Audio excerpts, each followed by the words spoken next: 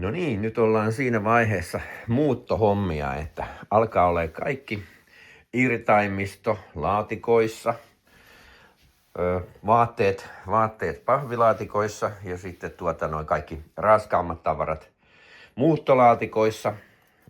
Hyvä oppi on varmaan tietenkin kaikki sen tajuakin, mutta helposti kuitenkin sortuu siihen, että laittaa pahvilaatikkoon myös jotakin painavaa ja se on kyllä ihan hölmöä, koska siinähän käy vanhanaikainen, eli sen pohja ei kyllä yleensä kestä sitten. Ne lahoaa heti tuohon pihamaalle ennen kuin ovat edes muuttoautossa. Tässä tapauksessa, kun on aika paljon tätä muutettavaa, niin mä olen tehnyt tonne tulevaan. Tässä on meidän tuleva asunto ja sinne on tehty, jokaiselle huoneelle on tehty oma numero. Ja mä laitan sinne huoneiden oviin tämän numeron ja jokaisessa laatikossa sitten on myös tämän huoneen numero, mihin kyseinen laatikko tulee. Eli kantajat pystyy sitten suoraan kantaa laatikot oikeaan huoneeseen. Meillä on pari sisäänkäyntiä siellä talossa, eli toisesta mennään huoneisiin 1-7 ja toisesta sitten tonne 8-11. Niin siitä heti kuskit tietää, että kummasta ovesta kannattaa mikäkin laatikko viedä sisään. Sielläpä skuuttikin jo odottaa että päästään lähtemään. Tietenkin tämä on ollut tämä aika, kun tässä ollaan pakkailtu ja laitettu, niin onhan tämä ollut sillain vaikeeta, että mitään ei löydä, ei aamulla yksiä kalsareitakaan löydä, kun kaikki on pakattu ja laitettu. Mutta ehkäpä se lopussa kiitos seisoo ja saadaan nämä jossain vaiheessa Riihimäelle. Mä otin tähän muuttofirman, eli en itse näitä lähde mihinkään roudaamaan. Laatikoita on 130, joista suuri osa tietenkin menee tuohon kirjastoon ja museoon. Ja onhan tässä sitten näitä huonekalujakin aikamoinen määrä. No niin, nyt on pakkasaamu 17 pakkasta ja nyt tässä varotaan, että muuttoautot tulee. Tänään on se suuri päivä, että aletaan kasaamaan. Kauhulla odottaa, mitenkä tästä selvitään ilman, että on selkä poikki tai jotain muuta. Mutta täällä ei nyt sitten auta muuta kuin, että kun auto tulee, niin sitten vaan otetaan härkää sarvista eli laatikoista kiinni ja aletaan kantamaan, että siitä se sitten lähtee.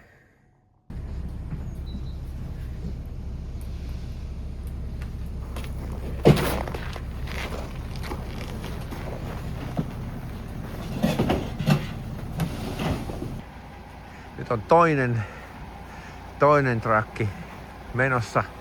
Sekin on kohta täynnä, että tässä jo jännittää, että tarvitaanko vielä lisää, mutta kyllä nyt näyttää siltä, että saadaan nämä loput tähän, että museokamaa on niin jumalattomasti, että se varmaankin on se meidän ongelma. Tosiaan nämä rullakot on tosi hyviä. Näihin mahtuu hyvin kamaa ja meillä on nyt sitten kaikki herkkuvia pohjalla, eli pesukone ja piano on sitten vielä tuolla sisällä, joita kauhulla odotetaan. No niin, kello tulee 1, että puolipäivää on mennyt ja meitä oli 6 äijää, että pikkuhiljaa alkaa näyttää aika tyhjältä. Tässä on yläkerta ja ei ole pahemmin enää mitään muuta kuin siivoamista. Täällä alhaalla on vielä muutama laatikko, mikä ei enää mahdu, eli kaksi autoa tuli aivan täyteen. Että kyllä sitä tavaraa todellakin on paljon ollut. Tässä on entinen museo ja täällä on sitten muita huoneita, mitkä sitten vaatii vähän siivousta.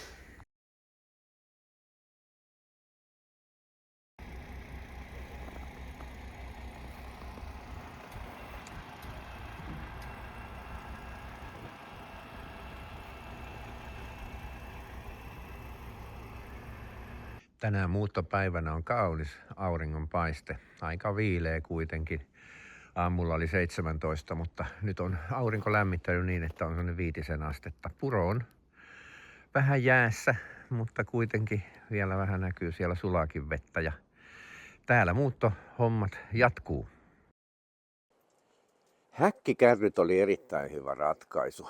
Mullakin kun on paljon radioita ja sitä museokamaa, niin häkkikärryssä sai mukavasti menee monessa eri kerroksessa tavaraa. Ei vie niin paljon muuttoautosta tilaa.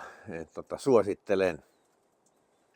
On vajaa kuukausi kulunut, kun muutettiin ja nythän alkaa olla kirjat jo hyllyssä ja suunnilleen löytää aamulla kahvikupit ja aamupalatarvikkeet, että sillain tavarat alkaa olemaan omilla paikoillaan. Kyllä se kuukauden päivät melkein otti, että kaikki tämän tavaramäärän sai tänne suunnilleen ojennukseen. Myönnetään, tavaraa tämmöiselle keräilijälle on siunaantunut aivan liikaa. Et joku varmaan kokisi, että osa noista museokamineista joutais roski, mutta kokoelmanahan niillä on jonkinlainen arvo. Jos joku muukin suunnittelee muuttoa, niin kerron sen verran, että muutto tuli maksaan varmaan 3000 €, eli mulla oli muuttomiehet niin kuin näitte avaimet käteen periaatteella. Ja siihen sisältyi siis Vantaa Riihimäki, 2 tuommoista rekannuppia ja sitten oli vielä vanhan tilan siivouksen otin siihen, koska ei millään riittänyt tässä meiltä kahdelta paukut sitten vielä siivoon vanhaa taloa, vaan katsottiin sitten paremmaksi, että maksetaan ammattilaiselle ja kiinnitettiin sitten kaikki huomio tähän uuteen. Täällä on ollut paljon kanssa opettelemista, uudet systeemit, pihahommat, kevät tulee, purot tuolla solisee ja tuossa lampi pikkuhiljaa sulaa ja on käyty rantasaunassa ja hyvin se arki on täällä sitten lähtenyt ja onhan siinä ollut opettelua myös uusissa juna-aikatauluissa, että moneltako pitää lähteä, että ehtii töihin. Mutta että tällainen projekti, tässä iässä tätä tuskin enää toista, montako kertaa elämässäni on muuttanut, niin enää teen. Että toivon, että tämä on nyt se paikka, missä sitten niitä vanhuuden päiviä aikanaan vietetään. Nyt tässä on vielä useampi vuosi tätä työelämää, joskin sitten vähän vähennettynä. Nyt sitä ollaan sitten riihimäkeläisiä ja tämä joka aamuinen 50 minuuttia Helsinkiin tulee junassa tutuksi. Olemme kohta Hyvinkäällä näköjään. Tämmöisiä kuvioita tällä kertaa telkkarimiehessä ja ehkä seuraavassa jaksossa pureudumme enemmän johonkin muuttoon, eli vaikkapa museoon ja radiotekniikkaan. Siihen asti